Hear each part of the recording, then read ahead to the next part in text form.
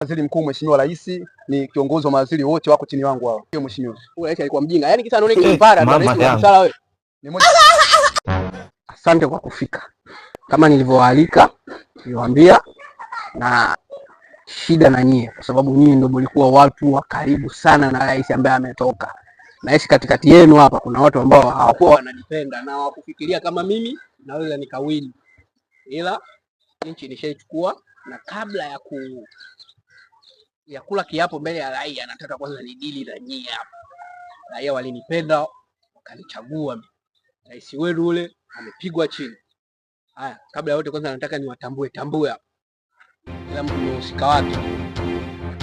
Nani anapiga? Toka. Kimeniletea tena hiyo simu na my lord. I wonder. Wewe ulikuwa waziri wa nini? Mimi nilikuwa waziri wa michezo. Okay. Waziri wa michezo. Michezo vipi? Michezo ya mpira?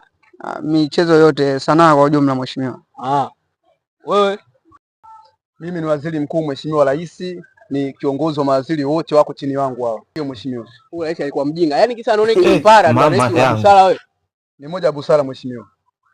Na nijibu mimi hivyo. Wewe? Mheshimiwa Rais, mimi nilikuwa waziri wa fedha. Yaani mimi ndo mkuu wa benki kuu ya Tanzania. Mimi ndo naangalia fedha zote za nchi. Sasa kwenye serikali yangu hakuna waziri wa fedha wa nini? Kila kitu nitakuwa nacho mimi. No. Pita hapa. Wewe toka. Wewe pita hapa jinga. Rudi. Ulikuwa waziri wa nini? Mimi nilikuwa waziri wa michezo. Waziri wa michezo. Naam mheshimiwa. Wewe unakuwa waziri mkuu. My lord. Sawa mheshimiwa Rais. Nimekusikia. Okay? Umefurahi? Nimefurahia. Waziri Bisho. Nywele zako hizi kweli ndio unaongoza wananchi na nywele kama hizi? Itabidi upige para. Sawa rais. Nitanyoa. Hakuna kupinga.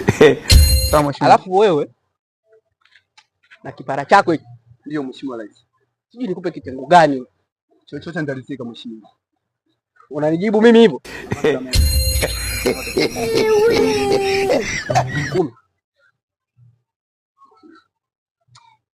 Yaani wewe subiri na kutafutia kitengo. Hautaki kuwa kwenye serikali yetu sisi. Serikali yetu hatuhitaji wazee. Hakuna. Tunahitaji vijana wenye nguvu.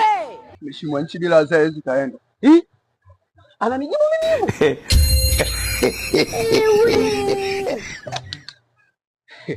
Alafu wewe nimesha kuambia hakuna cha waziri ya fedha.